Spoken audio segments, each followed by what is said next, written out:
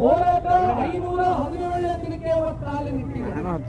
ಹೋರಾಟದ ಮೊದಲನೇ ದಿನ ಪ್ರಾರಂಭಿಕ ದಿನದಿಂದ ಕೂಡ ಸನ್ಮಾನ್ಯ ಕುಮಾರಣ್ಣ ಅವರ ಆಶೀರ್ವಾದದಲ್ಲಿ ಅವರ ಮಾರ್ಗದರ್ಶನದಲ್ಲಿ 10 ಹಲವಾರು ಬಾರಿ ನಾವು ಹೋರಾಟದ ಸ್ಥಳಕ್ಕೆ ಬರ್ತಕ್ಕಂಥದ್ದಷ್ಟೇ ಅಲ್ಲ, ಇವತ್ತು ಮಾನ್ಯ ದೇವೇಗೌಡರು ಸಾಹೇಬರಿಗೆ 94 ವಯಸ್ಸಾಗಿರ್ಬೋದು.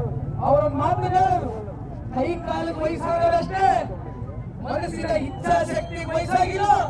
ರೈತರ ಪರವಾದಂತ 1% ಕೂಡ ಕಮ್ಮಿ ಆಗಿಲ್ಲ ಅಂತಕ್ಕಂಥದ್ದನ್ನ ಅಪ್ಪಾಜಿರವ್ರು ಹೇಳಿರ್ತಕ್ಕಂಥ ತಾವು ನೋಡಿದ್ದೀರಿ. ಕಳೆದನೆ ಕೇಳ್ತಾರೆ ಇರ್ತಕ್ಕಂಥ ಶಾಸಕರು, ನೀವು ಹೊಟ್ಟೆ ಕಿಚ್ಚು ಬಂದ್ಬಿಟ್ಟರೆ ನೀವೇನು ಮುಖ್ಯಮಂತ್ರಿಗಳಾಗಿರ್ತಕ್ಕಂಥವ್ರನ್ನ ನಮ್ಮ ಜಿಲ್ಲೆಯವ್ರನ್ನ ನೀವು ಸಹಿಸ್ತಾ ಇಲ್ಲ ಅಂತಾರೆ. ನಾವು ಹೋರಾಟ ಶುರು ಮಾಡಿದಾಗ ರೈತರು ಬೀದಿಲಿ ಪ್ರತಿಭಟನೆಗೆ ಕರೆ ಕೊಟ್ಟಾಗ 517 ದಿನ ಎಷ್ಟು ತಿಂಗಳಾಗದೆ ಈ ಜಿಲ್ಲೆಯ ಮಾನ್ಯ ಮುಖ್ಯಮಂತ್ರಿಗಳ ಸ್ಥಾನವನ್ನು ಅಲಂಕರಿಸಿ 3 ತಿಂಗಳ 2 ತಿಂಗಳ ಮೊದಲನೇ ದಿನದಿಂದ ಹೋರಾಟವನ್ನ ರೈತರ ಪರವಾಗಿ ಮಾಡಬೇಕಾರೆ ಅವರು ಇನ್ನೂ ಮುಖ್ಯಮಂತ್ರಿಗಳಾಗಿರ್ಲಿಲ್ಲ ಸ್ವಾಮಿ, ಇನ್ನೂ ಉಪಮುಖ್ಯಮಂತ್ರಿಗಳಾಗೇ ಮುಂದುವರಿತಾ ಇದ್ರು.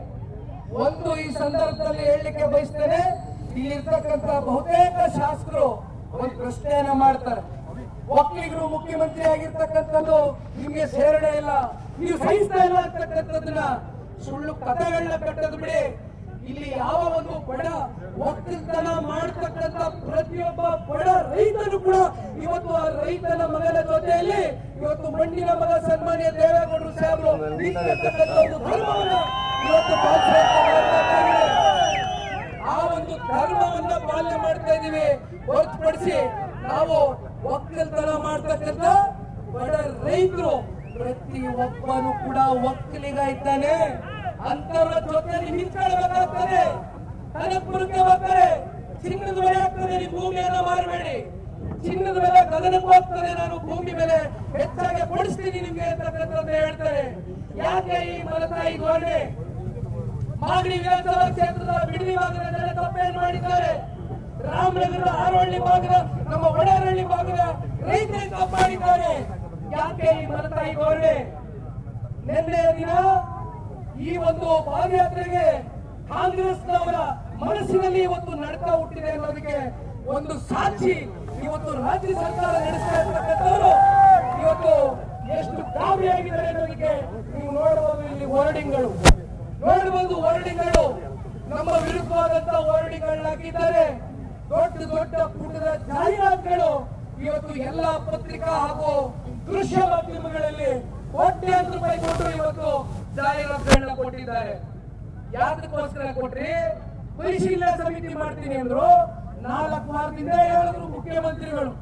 ಯಾವತ್ತು ಪರಿಶೀಲನಾ ಸಮಿತಿಯನ್ನ ಅಧಿಕೃತವಾಗಿ ಘೋಷಣೆ ಮಾಡ್ತಾರೆ ಅಂದ್ರೆ ಪಾದಯಾತ್ರೆಯ ಹಿಂದಿನ ರಾತ್ರಿ ಅಧಿಕೃತವಾಗಿ ಪರಿಶೀಲನಾ ಸಮಿತಿಯನ್ನ ಘೋಷಣೆ ಮಾಡ್ತಾರೆ.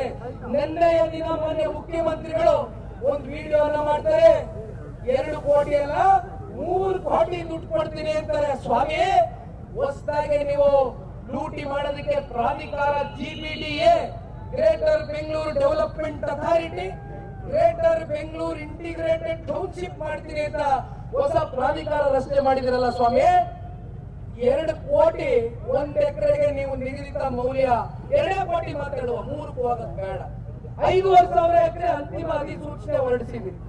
11,000 ಕೋಟಿ ನಿಮ್ಮ ಖಾತೆಯಲ್ಲಿ ಇದೆಯೇ? ಪ್ರಾಧಿಕಾರದ ಖಾತೆಯಲ್ಲಿ, GBDA ಖಾತೆಯಲ್ಲಿ ನಾಳೆ ರೈತರು ಬಂದು 11,000 ಕೋಟಿ ಕೊಡ್ತಕ್ಕಂಥದಕ್ಕೆ ನಿಮ್ಮ ಖಾತೆಯಲ್ಲಿದ್ರೆ ದಯಮಾಡಿ ನಿಮ್ಮ ಖಾತೆಯ ಪುಸ್ತಕವನ್ನ ಬಹಿರಂಗವನ್ನ ಪಡಿಸಿ. 11,000 ಕೋಟಿ ನಿಮ್ಮ ಹತ್ರ ಇದೆ. 90% ಸಾಲ ತಗೊಳ್ತಾ ಇದ್ದೀರಿ. ಅಲ್ಲೆಲ್ಲ BDAನ 2,000 ಈಕ್ವಿಟಿ ತೋರಿಸ್ತೀರಿ. PMRDA ಇಂದ ಹಲವಾರು ಸೈಟ್ಗಳನ್ನ ಅಡಮಾನ ಇಟ್ಟಿದ್ದೀರಿ. ಹಾಗಾಗಿ ದಯಮಾಡಿ ಮುಂದೆ ಮಾತಾಡೋಣ. ನಿಮ್ಮೆಲ್ಲರ ಸಹಕಾರಕ್ಕೆ ಸನ್ಮಾನ್ಯ ದೇವೇಗೌಡರು ದಯವಿಟ್ಟು ತಾವೆಲ್ಲರೂ ನಿಮ್ಮ ಜೊತೆಯಲ್ಲಿ ಈ ಪಾದಯಾತ್ರೆಯಲ್ಲಿ ಧನ್ಯವಾದ.